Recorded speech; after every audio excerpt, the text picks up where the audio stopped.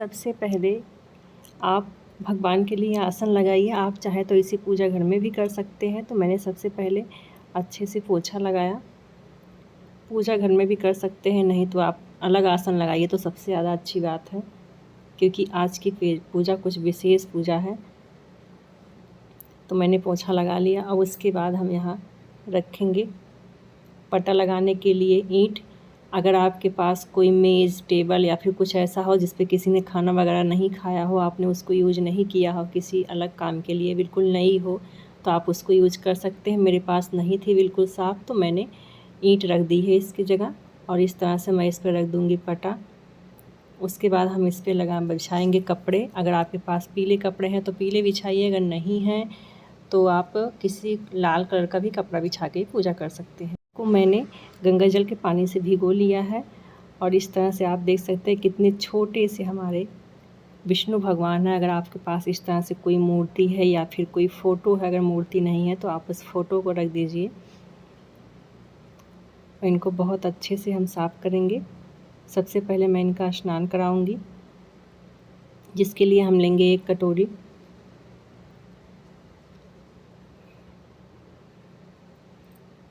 थोड़ा सा फूल तोड़ के डालेंगे। मैंने पीला फूल तोड़ के डाल दिया और सफ़ेद फूल। अब इसको डाल के हम उसमें भगवान को बिठा देंगे, आप देख सकते हैं।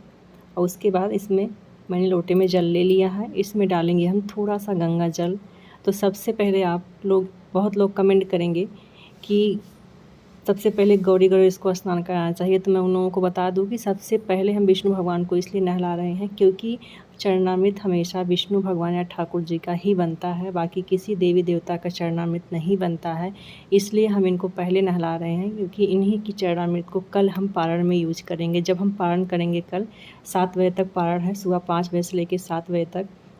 जब आप पारण करेंगी तो सबसे पहले जब आप पानी पिएंगी तो आप इसी चरणामृत को अच्छे से ढक के कहीं रख दीजिए।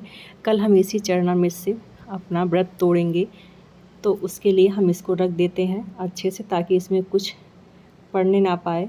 और बिल्कुल साफ़ जगह पे इसको रख देंगे, और फिर से हम फूल बिछाएंगे यहाँ और भगवान को आसन लगाएंगे।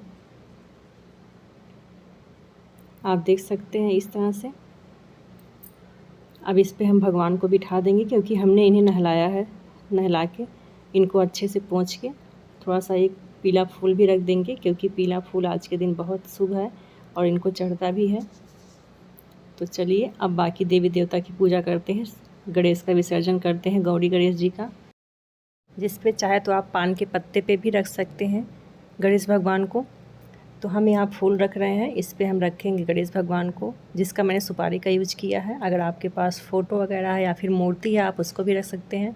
उनके बगल में रखेंगे गौरी माता को। गौरी को हमने गाय के गोबर से बनाया हुआ है। अगर आपके पास नहीं है तो आप ऐसे ही फूल वगैरह रख के भी कर सकते हैं पूजा। तो सबसे पहले स्नान कराएंगे हम इनको, उसके बाद सारी देवी देवताओं को हम स्नान कराएंगे। हमने इस जल में भी गंगा जल मिलाया हुआ है। और अब रखेंगे हम इनको, फूल चढ़ाएंगे। गौरी गणेश का पूजन करने के बाद माता गौरी को हम लाल फूल अर्पित करेंगे।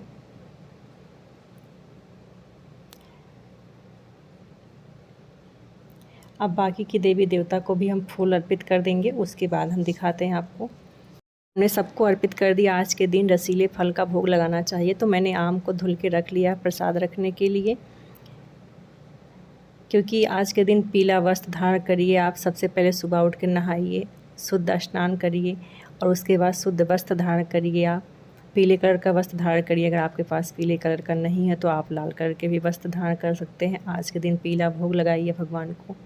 और पीला प्रसाद आप तो ग्रहण नहीं करना, बाकी लोगों में आप पीला प्रसाद बांटिए। तो मैंने 2 आम रखा हुआ, एक गौरी गणेश के लिए, एक भगवान विष्णु के लिए भोग के लिए। उसके बाद मैं लगाऊंगी भोग। आज के दिन ठंडी चीज़ों का ही खाना चाहिए। अगर आप किसी पंडित जी से बुला के अपनी पूजा करवा रहे हैं तो आप आज ठंडी चीज़ों का ही दान करिए। पंखे का आप दान कर सकते हैं। आपके पंखा मतलब जो हाथ से डुलाया जाता है पंखा, जिसे बिनिया भी बोलते हैं कहीं कहीं, उसका दान आज के दिन बहुत ही ज़्यादा महत्वपूर्ण है, बहुत ज़्यादा फलदायी है, क्योंकि वो ठंडा है। आपको पता है कि भीमा एकादशी बहुत ही कठिन व्रत है।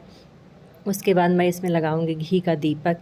शुद्ध देसी घी का दीपक, अगर आपके पास घी नहीं है तो आप तिल का तेल भी यूज कर सकते हैं। अब मैं चंदन का लेप लगाऊंगी, क्योंकि चंदन काफ़ी ज़्यादा ठंडा होता है, तो मैं भगवान को चंदन का लेप लगाऊंगी। सबसे पहले मैंने गौरी गणेश को लगाया, फिर भगवान विष्णु को लगाया, बाकी सारे देवी देवता जितने भी यहाँ फ़ोटो में है सबको आपको पूजा करनी है, सबको आपको भोग लगाना है, सबको चंदन लगाना है। बहुत ही धार्मिक तरीके से आपको पूजा करनी है, क्योंकि ये तपस्या है, समझिए एक दिन की, आपको बहुत ध्यान से पूजा करनी है। तो चलिए, सबको भोग हमने लगा लिया, दीपक भी हमने प्रज्वलित कर लिया है, और इस तरह से भगवान को इसका लेप कर दीजिए। बहुत ही ठंडा होता है, इसलिए हम भगवान को लेप करेंगे इससे। उसके बाद अब चालू करते हैं हम पूजा। मैं लगाऊंगी हल्दी का लेप सबको, क्योंकि हल्दी पीला, आज के दिन हल्दी का चंदन ज़रूर लगाना चाहिए। इसमें पीला काफ़ी शुभ माना जाता है। हम आम को भी टिक देंगे, क्योंकि हम इसको प्रसाद के लिए रखे हैं। चढ़ाएंगे भगवान को जनेऊ। जनेऊ मैंने मंगाया है बाज़ार से। तो इसमें सबसे पहले आपको हल्दी का लेप लगाना है। कभी भी जनेऊ आप ऐसे ना चढ़ाइए, इसमें हल्दी का लेप लगा के ज़रूर चढ़ाइए, या तो आप हल्दी में रंग लीजिए। तो मैं इस तरह से लेप लगा लूँ। सबसे पहले मैं चढ़ाऊँगी गणेश भगवान को, उसके बाद हम चढ़ाएंगे विष्णु भगवान को एक जनेऊ, और गौरी माता को हम जनेऊ अर्पित नहीं करेंगे। उनके लिए हम रोली, जिसे कलावा भी बोलते हैं, रक्षा, इसको चढ़ाएंगे। और मैं लगाऊंगी यहाँ भोग माखन का। मैंने घर पे बनाया हुआ है, ये माखन मार्केट का नहीं है, तो आप घर की चीज़ों का ही जहाँ तक आज हो सके तो भोग में अर्पित करिए। और उसके बाद मैं लगाऊंगी फिर से माखन मिश्री और किशमिश का भोग, क्योंकि माखन मिश्री भगवान को बहुत ही ज़्यादा प्रिय हैं। तो चलिए, पूजा हमने कर ली है, भोग भी लग चुका है भगवान का। उसके बाद हम उसका उतारेंगे अब आरती। आरती उतारने के बाद अगर आपसे हो सके तो आप कम से कम एक माला एक भगवते वासुदेव का करिए। अगर आपसे ये भी नहीं हो सकता तो आप भगवान से क्षमा प्रार्थना कर लीजिए। उसके बाद हम लगाएंगे अगियारी, क्योंकि अगियारी लगाना बहुत ही ज़्यादा ज़रूरी है। आज के दिन हमने अगियारी घर पे बनाया हुआ है। तो चलिए, उसके बाद अगियारी लगाने के बाद हम जल अर्पित कर देते हैं 4 बार। तो हमारी पूजा संपन्न हुई। आरती के बाद आपको ध्यान रखना है कि एक कपूर ज़रूर जला के रख देना है, क्योंकि जाता है कि आरती के बाद अगर आपने एक कपूर जला दी तो आपको बहुत ही ज़्यादा पुण्य और फल प्राप्त होता है। इसके सब लोग बोलते हैं एक यज्ञ के बराबर हो जाता है। तो चलिए, हमारी पूजा पूर्ण रूप से संपन्न हो चुकी है। अब हम भगवान से क्षमा याचना मांगेंगे कि भगवान हमारी पूजा सफल नहीं होती है तो चलिए इसके बाद हम प्रतिज्ञा करेंगे। चलिए, इस तरह से हम एक फूल लेंगे हाथ में और अब प्रतिज्ञा करेंगे कि हे प्रभु, आज मुझे काम, क्रोध, लोभ, मोह सबसे परे रखना। मैं आपकी शरण में आई हूँ। इस समय मैं आपके दया का पात्र हूँ।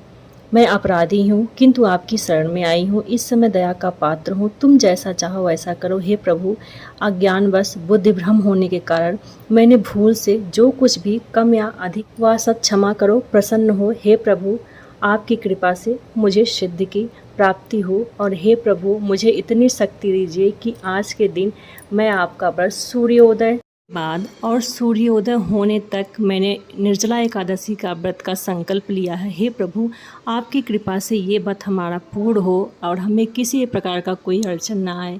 तो इसके लिए इसके बाद आप इस फूल को भगवान के चरणों में अर्पित कर दीजिए। तो बोलिए विष्णु भगवान की जय।